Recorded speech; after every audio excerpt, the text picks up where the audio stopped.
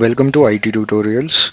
So in this video we will see how to check login history on your Windows 11 system. Click on Windows logo and search for event and open event viewer. On the left hand side you will see Windows logs option.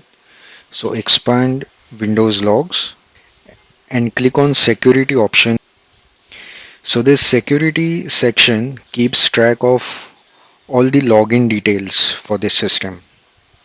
So now we will have to filter out those entries which correspond to user account login. So to do that, on the right hand side, click on filter current log.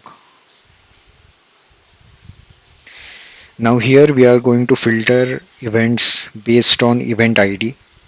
So the event ID that captures user account login details, that event ID is 4624.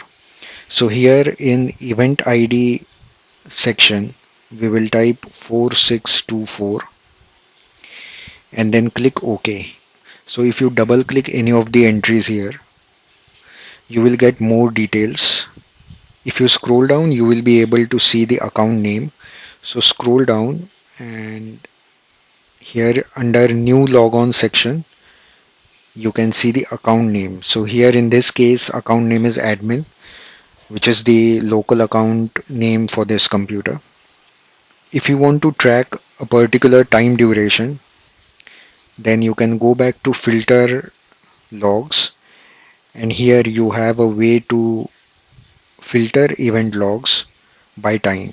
Let's say I want to check who logged on to my computer in last 24 hours.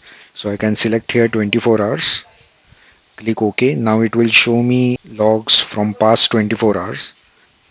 So this way you can check who logged on to your computer and get the history of user logon details.